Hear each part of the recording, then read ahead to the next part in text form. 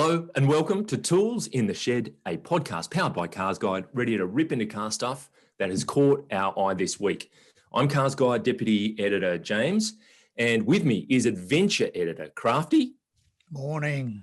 And Editor Mal. Oh, the maximum editor. Maximum peak editor. With protein. Good morning, James and Marcus. Now, this week, we're looking at the new models that aren't exactly on the flight path for this market, but flipping well should be. Left-hand drive only be damned. We'll discuss a trio of recent entries to the CarsGuide garage, and we'll catch up with an unabashed Shrek fan in this week's MuskWatch.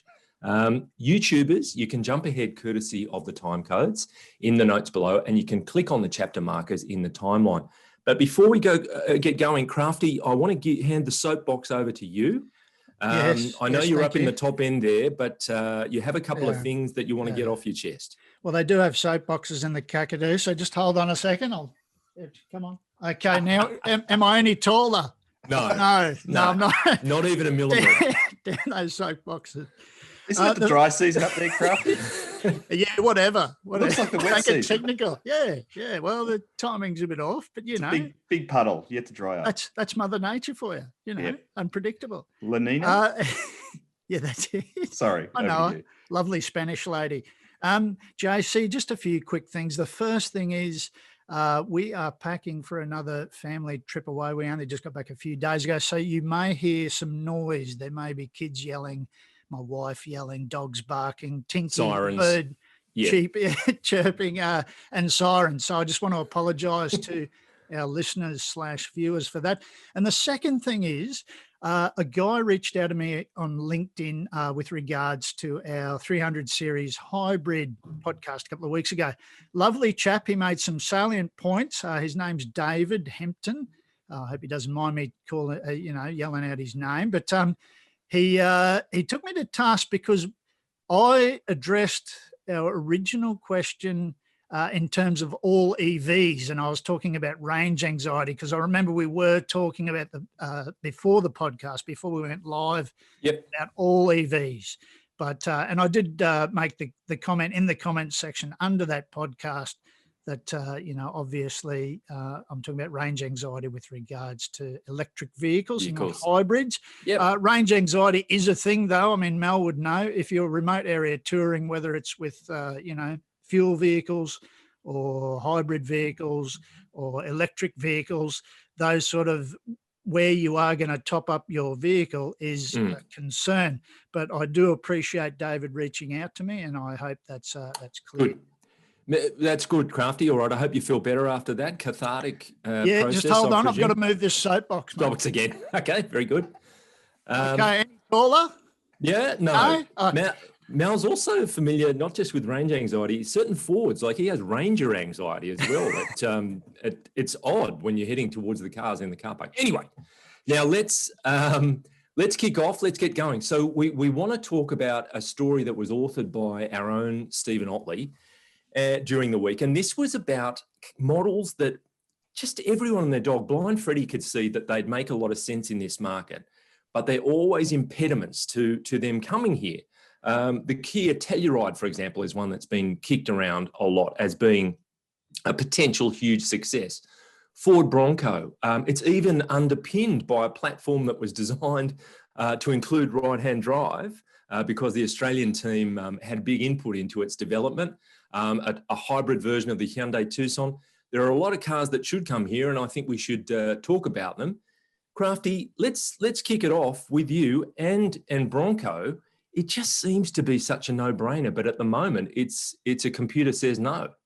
Yeah, I know, and I find that decision somewhat puzzling, and Mel will agree with me here. This thing is unreal, and what the good thing is, and I don't know whether you're aware of this, but ARB, the Australian aftermarket company, a US branch of it, has already pumped out the accessories and the aftermarket gear for the Bronco, and it looks unreal. I mean, there have been images going around, some of them conceptual, and some of them actually with the products on the, and it looks unreal, mate. And that thing is just built for fun, and it would suit Australia down to a T. I mean, that thing, not entirely practical, not a massive thing that you could load up for remote area touring or anything like that, but a lot of fun, very capable, and with a grand tradition behind it. So, yeah, I think we'll eventually get it. We may see sort of grey imports,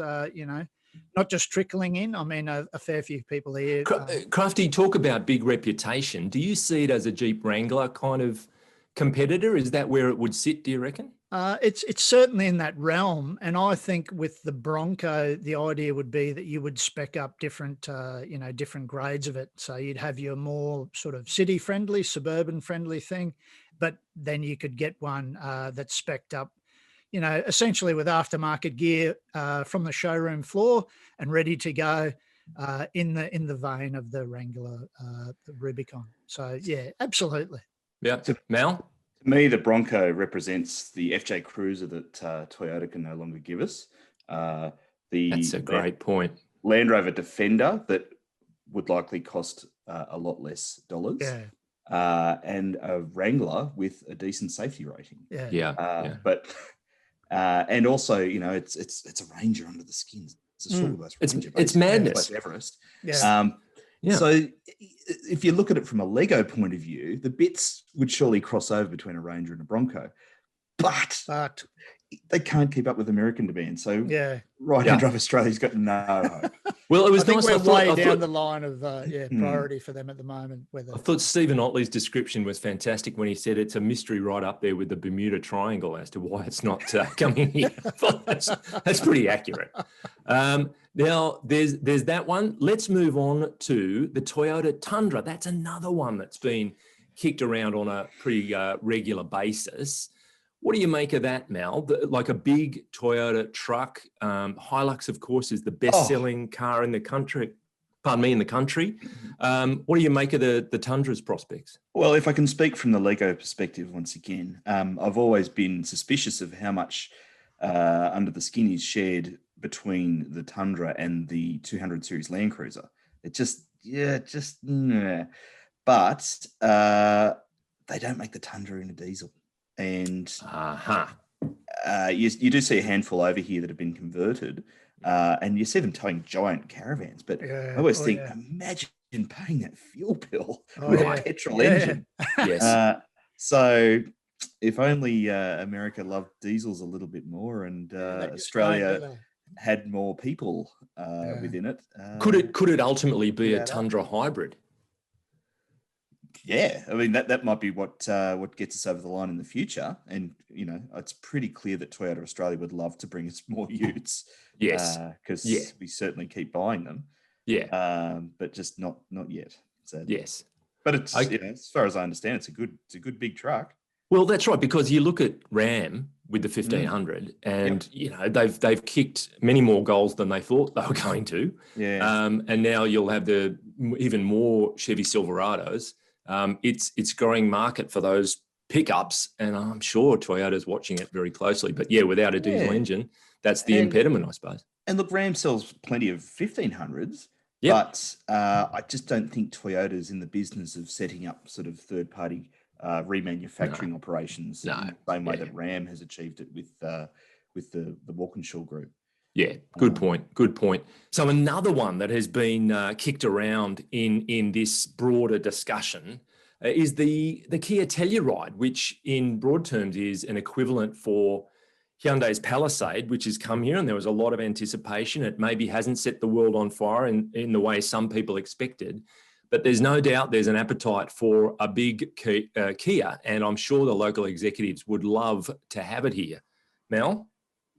Oh, yeah, without doubt. I mean, a rather large SUV seems to work in Australia, but there's a key difference between my understanding between the Telluride and the Palisade, in that the Palisade's made in South Korea and the Telluride's made in the US. And if I can speak to the Lego perspective once again, please do. The Palisade shares a lot with the Santa Fe, and which also comes from South Korea. So it's kind of like whack the Santa Fe bits in the Palisade and send it to Australia, whereas the Telluride doesn't have that sort of natural advantage, being produced in a left-hand drive focused market.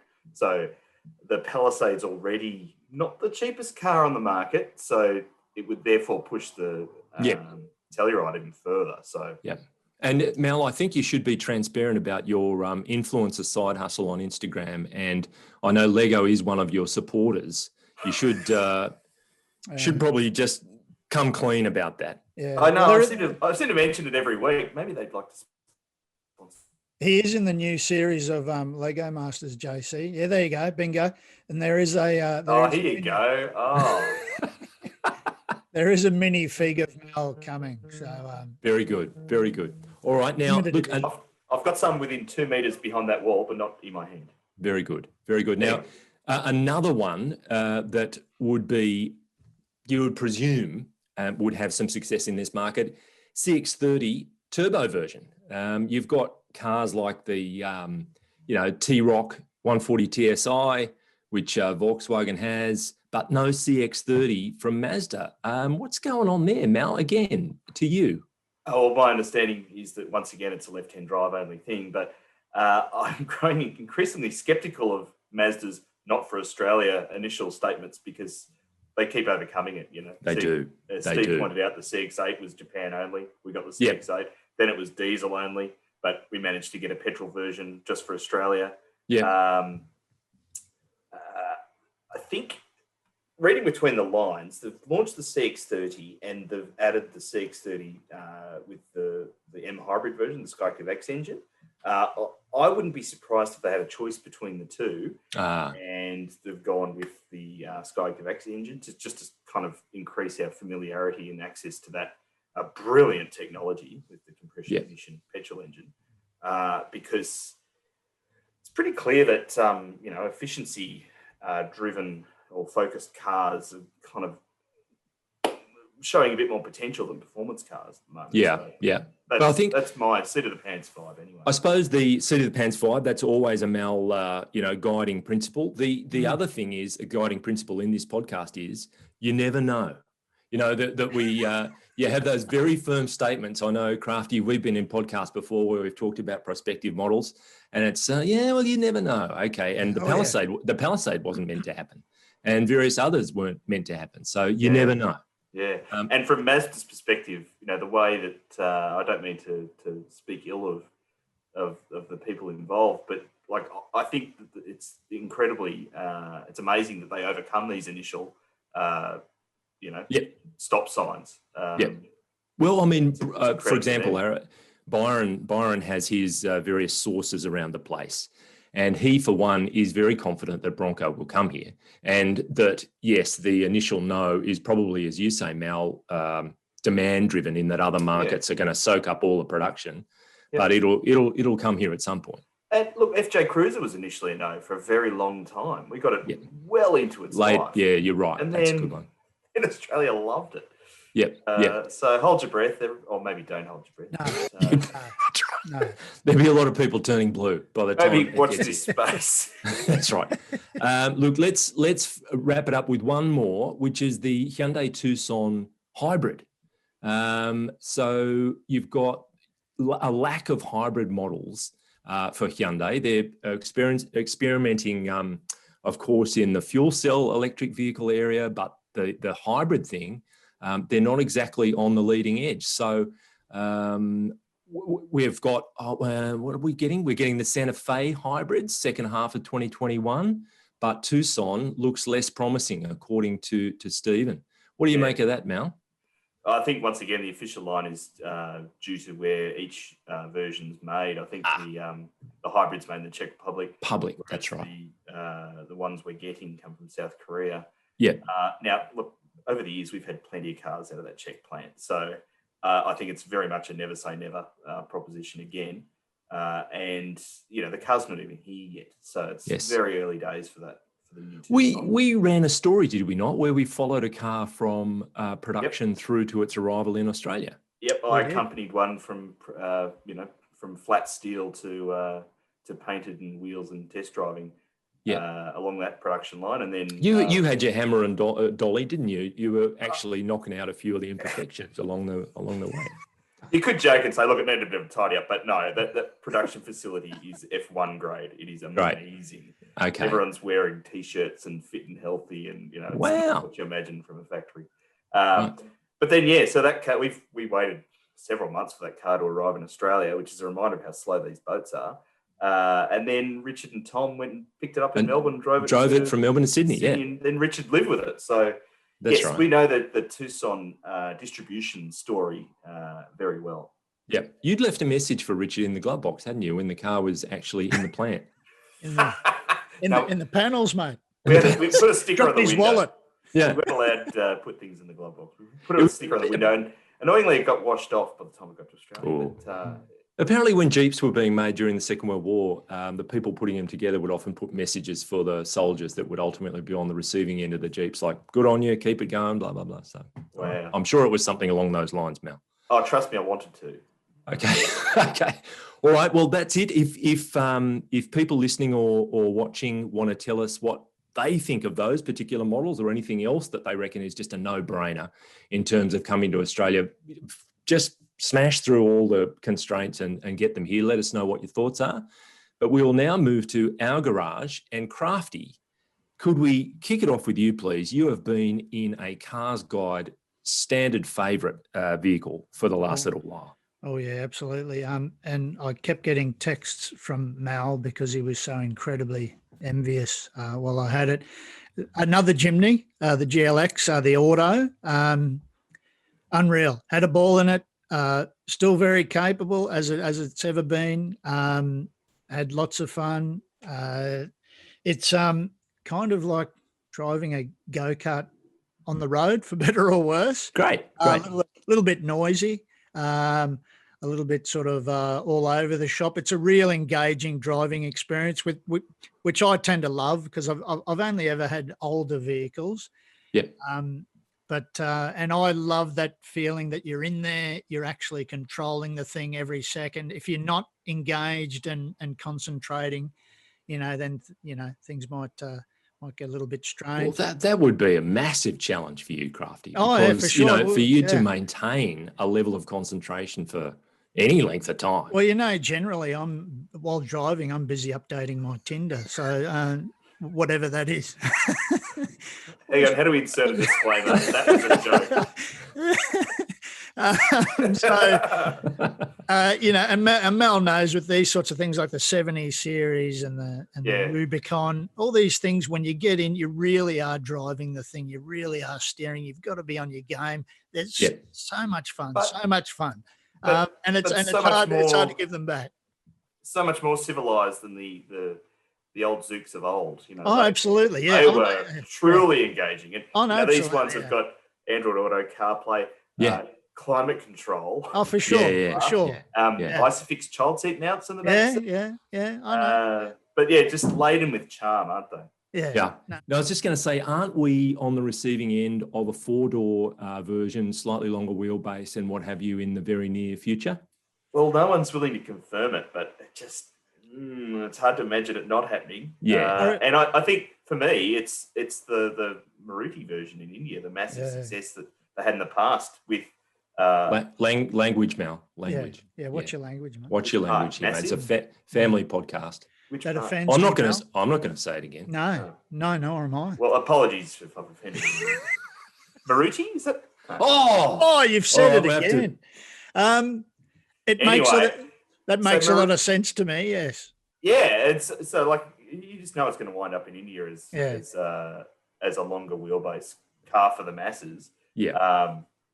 Hopefully they continue to sort of put the safety stuff in it and all the numbers add up and make it suitable for us. Not compromise, in a backwards kind of way. Well, if anyone's over that story, JC, it'll be our man with a plan, Andrew Chesterton. He'll be all over the yarn like a cheap suit. Is that the same? Did I just offend someone who wears cheap suits? Me? I'm just going to move this soapbox.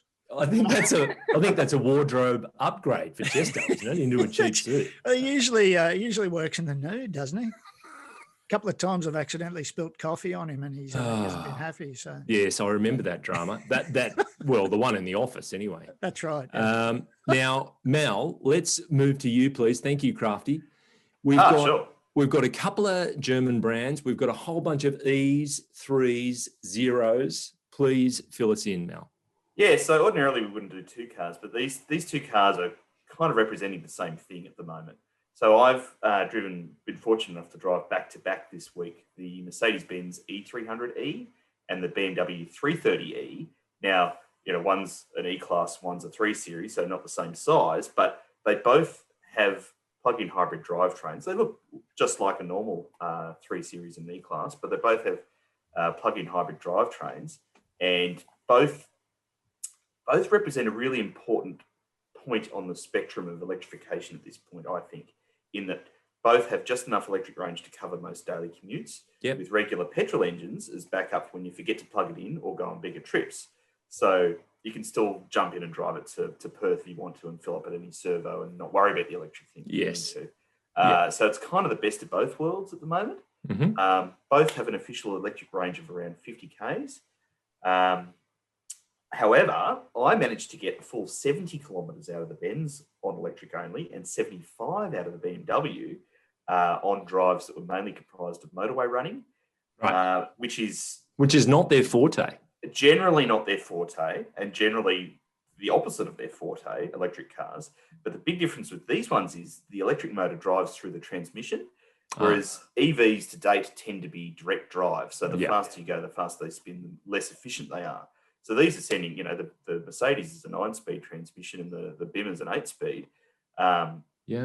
And so once you're cruising on the highway, they're just ticking along using that maximum torque from, no revs. Fantastic. So decent highway range. And that was only partial highway as well. So pretty impressive. But other than that, like a typical E-Class, typical 3 Series, was there anything distinctively different in the general character of the car? You lose a bit of boot. Look, I didn't sort of test their outright dynamic capability. They're both heavier, of course. You lose a bit of boot. The E300 has a bit less power, I think, than the regular E300. But it's all about making it work better with the electric drivetrain. And look, they're both very capable performers. The other thing with these is they have relatively small batteries. Yeah. Therefore, they can be easily charged overnight with a standard power point. Unlike, full electric cars with a massive battery generally take about 48 hours, if that, to charge at home. On house power, Yeah, and that's at house power, not from a wall box or a charge station. But these two just a bit easier. So now it's not fair to look at these cars through a pure litres per 100 perspective. And if you look at I think the Mercedes has an official ADR combined figure of 2.2 litres per 100, but that's just how it performs during that test on a dyno. The actual figure will vary considerably depending on how far you drive it. Mm-hmm. So the further you drive it, the more petrol you're using because you've run out of electric juice. Yeah, that's right. That's right. So after that first 100, it's telling. But it's fair to say that they still offer the excellent petrol efficiency that their regular petrol versions offer, but with the added benefit of being able to reduce that to 0 for most daily commutes if you keep the batteries charged. But they both also got me thinking that if you drive them all the time on the electric motors, you're kind of wasting the fact that you've gone and purchased these excellent petrol drivetrains as well. And you're also lugging around hundreds of kilos of extra mass.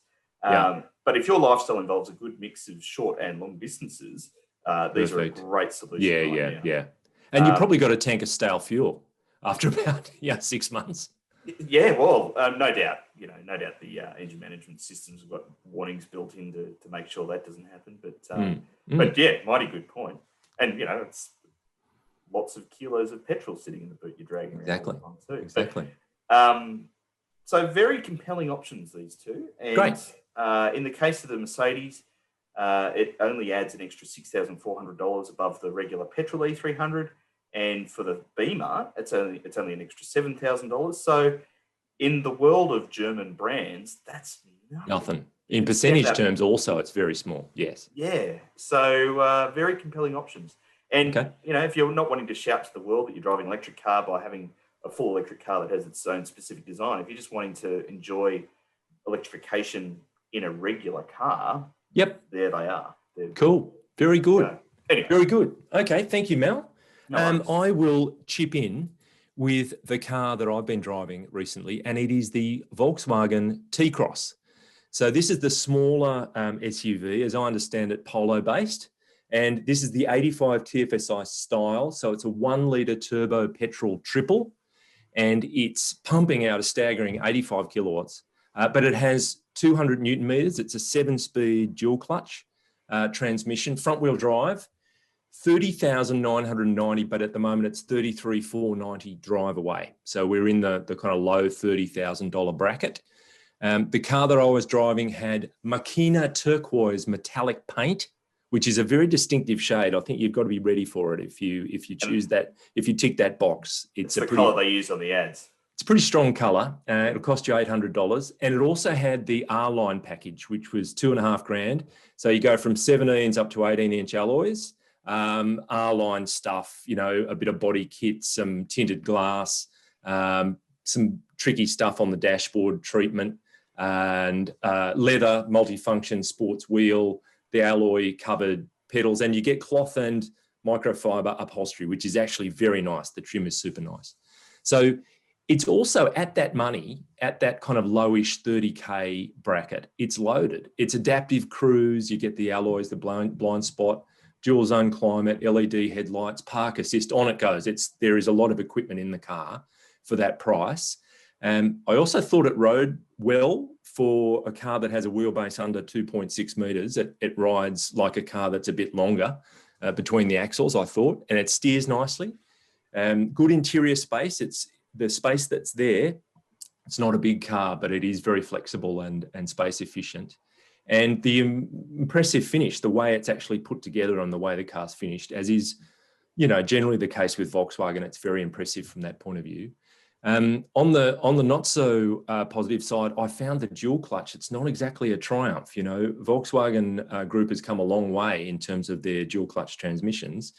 This one felt like a step or two back. It was a ponderous, particularly at parking type speeds. And when you're going from step off and want to get going, it was not exactly with you a lot of the time. And it's not exactly a powerhouse either. It's only 1,240 kegs. It's not a heavy car. And you do get that maximum torque low down, but sometimes you just feel there could be a little bit more of it. So not a huge deal. But it's in such a competitive market. You've got Seltos and CHR and Kona and HRV and CX3 on it goes. Go to Kamiq. Kamiq. It's just this under the skin hotbed of the market. So I think it has a lot to offer, particularly in terms of its equipment, its comfort, the way it's finished. It's a Volkswagen, and they're up to a 5-year warranty and all that now. But just that dual clutch was a bit of a a pain from time to time.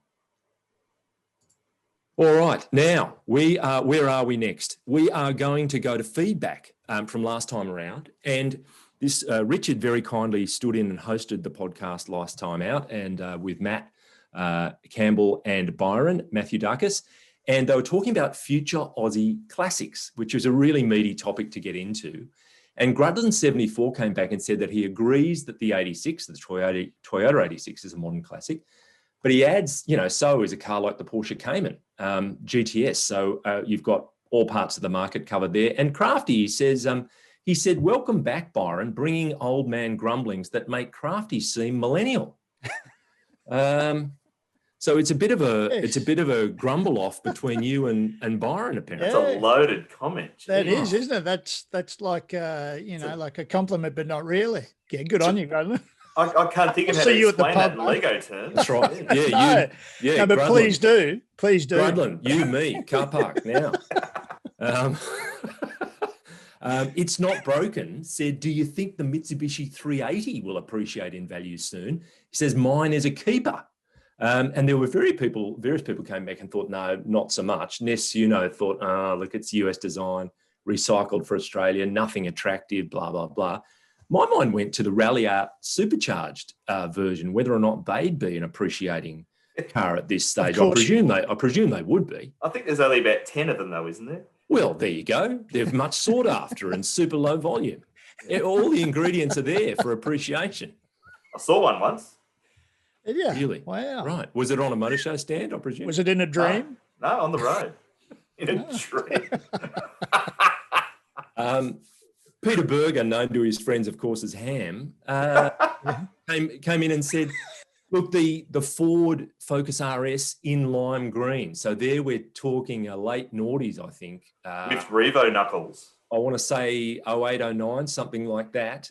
He also put in the BMW 1 Series M Coupe. And Nessuno chipped in again, said that car's already gone up to the 70K mark, stayed there. Only pristine ones may go a bit higher. Then we tapped in our old mate Hammer, Crafty. Hammer rocks. Hammer rocks. There was a bit of debate about pronunciation of car names.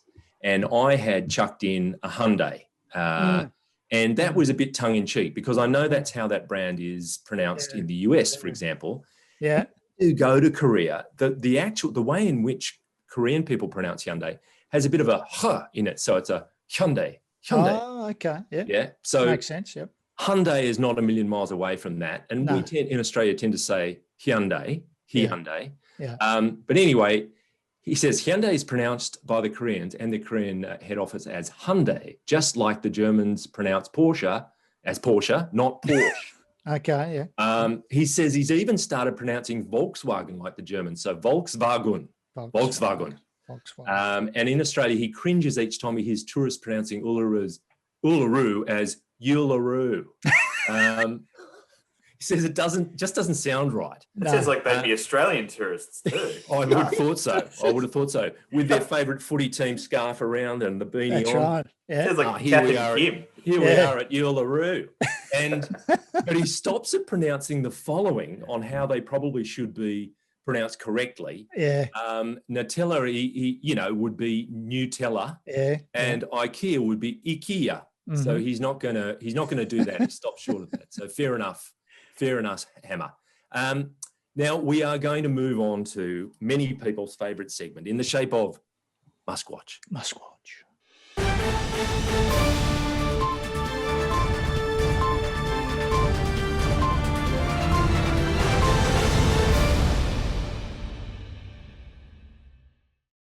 Well, big news. This week, I was out early in the morning. Sometimes I'm just lurking around in the shadows, a bit like Crafty. In bushes somewhere, yeah. Yeah, in the bushes somewhere, pre-sunrise. Yeah. And I saw a Starlink satellite train coming across the sky. It just kind of emerged. This was Tuesday morning. And I gave it a go, but my camera footage was crap. I actually pulled the camera out because, of course, I take the phone out with me with the camera function early in the morning as well. Yes. But it didn't quite capture it. So the clip that we're going to show people watching on YouTube was from a New Zealand mob called Yeah Nah Productions, which I love.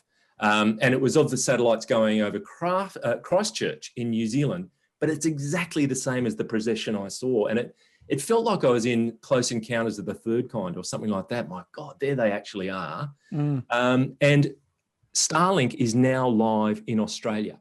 So according to the ABC News, it'll deliver faster internet, particularly to people in regional and rural areas. So they've got what they're calling their beta test, known as Better Than Nothing Beta. That's what they're calling it. Better Than Nothing Beta. And they're charging $700 for a rooftop satellite dish. And they're going to, it was launched in the second half of last year and initially ran at speeds of about 100 megabits per second. So that's roughly equivalent, apparently, to a pretty good NBN type speed, about twice your typical 4G mobile internet service. And the ABC managed to chat with a person in Canberra who'd received his Starlink setup box, and he'd set it up, connected to the Wi-Fi, and was immediately getting blazingly fast internet, 344 megabits a second. And over the next day or so, it settled down to between 150 and 250. And for him, it was like Christmas, so current internet using geostationary satellites, it's not the same. These SpaceX Starlink ones are much lower orbit, and apparently the coverage is going to be good. So for people in regional parts of Australia, it could be a real boon. But there I saw it in the sky and thought, wow, that's there are going to be thousands of them ultimately. Wow. Yeah. All right. Well, moving on from that, on Twitter this week, Elon put the question out there. He said, where is Shrek 5? Right. So he's demanding a fifth iteration of the Shrek franchise. And well, he's got young kids now, doesn't he, or something? He's got kids all over the place. He's got, you know, a relative newborn and 5 sons from previous marriages or whatever. But he wants a fifth version of Shrek. Okay. And Bacon on Wheels said, if I'm going to be honest with you, in my own humble opinion, without being sentimental, of course, without offending anyone who thinks differently from my own point of view, but also by looking into this matter in distinctive perspective, I would like to say I have nothing to say. So I thought that was pretty good. And then Doge came in and said, this does not change the fact that in Antarctica, there are 21 million penguins. And in Malta, there are 502,653 inhabitants. So if the penguins decide to invade Malta, each Maltese will have to fight 42 penguins. And on the back of that, Drex the Viking said, currently I'm sitting at home waiting for my son to wake up. After that, we're going to go have a mud bath in the forest. If you want to join us, just let me know. Thumbs up emoji. So that's the kind of response that Elon gets when he demands a fifth Shrek film. Bacon on Wheels, Doge, and Drex the Viking come back. Oh, okay. Yep. But the share price is up a bit, $732. It's up about $60. It was 670 odd last week. But MuskWatch is seeing Tesla topping $1,000 basically because of their energy business, looking beyond the cars, their battery and energy storage technology. They're saying it'll radically change the battery market, enabling them to maintain a lead in BEVs, which is debatable because the big guns are really ramping up their EV game, but also Powerwall products and storage. And they're going to have their factories in Texas and Berlin and Nevada, and they'll have their new battery cell technology coming shortly. So there are various analysts seeing Tesla as $1,000+ share price in the not too distant future. So time will tell whether they are actually on the money. So, are you still holding on to your 2,000 shares, Jason? My theoretical 2,000 shares are fluctuating along nicely. But I think with that, we have reached the finish line. And I want to say thank you, Mal. Thank you, James and Marcus. And thank you, Crafty. No, thank you. And thank you, Mal. And look, Mr. Pritchard has started a TAFE course on how to infiltrate the witness protection program. He's on a retreat with his tutor at the moment, although not surprisingly, we have no idea where he is. So thanks again to Mr. Sullivan on the production front. His wardrobe is becoming ever more Pritchard-like in its flamboyance. This time around, he's turned into an arm-flailing inflatable tube man, which undoubtedly made operating the panel a challenge. And I have this strange urge to buy a used car every time I see him. Thank you. I already have. Thank you, Brett, for bought one online. He cuts a fetching figure, doesn't he? I'll Brady Sullivan. And he's ripped to the bone, shredded, whatever your kids say. I don't know. Unbelievable rip. Yeah. Let us know your thoughts. That's it. You can find CarsGuide on Facebook and Instagram, or email us at comments@carsguide.com.au. If you're an Apple podcast listener, please rate and review us. It helps other people find the podcast. Remember, you can also watch us on YouTube. And if you already are, make sure you subscribe to the CarsGuide channel so you can stay on top of all our latest content. But before we go, a bloke takes his car to the mechanic after it mysteriously conks out.